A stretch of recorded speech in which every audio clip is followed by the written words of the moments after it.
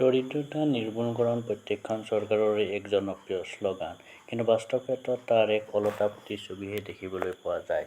এটা উদাহৰণেৰে ইয়াক ব্যাখ্যা কৰিবলৈ যত্ন কৰিছোঁ। কামৰূপ জিলাৰ পলাশবাৰী সমষ্টিৰ ছয়গাঁও উন্নয়ন খণ্ডৰ চম্পকনগৰ গাঁও পঞ্চায়তৰ অন্তৰ্গত এখন গাঁও হৈছে পাচানতলা। পঞ্চায়ত অফিচ আৰু খণ্ড উন্নয়ন বিষয়াৰ কাৰ্যালয়ৰ পৰা মাত্ৰ ৫০০ মিটাৰ দূৰত্বত অৱস্থিত এই গাঁওখন।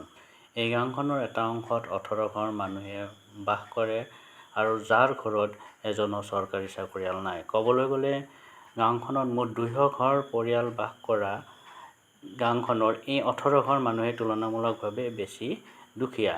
সম্ভৱতঃ ১৯৮৭-৮৮ চনমানতে এই গাঁওখনত বৈদ্যুতিকৰণ কৰা হৈছিল, কিন্তু গাঁওখনৰ এই অংশটো বৈদ্যুতিকৰণ কৰা বাদ দিয়া হৈছিল কাৰণ দুখীয়া মানুহৰ বিদ্যুতৰ পোহৰৰ প্ৰয়োজনীয়তা নাই। ২০০৪ চনত গড়কাপ্তানি বিভাগৰ এজন বিষয়াৰ তৎপৰতাত প্ৰধানমন্ত্ৰী গ্ৰাম্য সড়ক যোজনাৰ অধীনত গাঁওখনৰ পথটো পকীকৰণৰ বাবে অনুমোদন হৈছিল।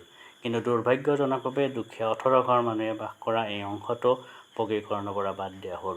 যুক্তি হ'ল, গাড়ী নথকা এই মানুহকেইঘৰক পকী পথ কিয় লাগে? পঞ্চায়তৰ পৰা দুবাৰ পথছোৱাৰ উন্নয়নৰ বাবে টকা অনুমোদন কৰা হ'ল যদিও এবাৰ পশ্চিম ফালৰ পৰা ৫০ মিটাৰ আৰু পূব ফালৰ পৰা ১৫০ মিটাৰ পকীকৰণ কৰি মাজৰ অংশটো বাদ দিয়া হ'ল কাৰণ এই দুয়োফালে দুঘৰ চৰকাৰী চাকৰিয়াল আছে আৰু তেখেতসকলৰ গাড়ী আছে। এয়াই হৈছে আমাৰ চৰকাৰ, আমাৰ সমাজৰ নিয়ম। সেইবাবে ক'বলৈ মন যায় দৰিদ্ৰতা এক অভিশাপ।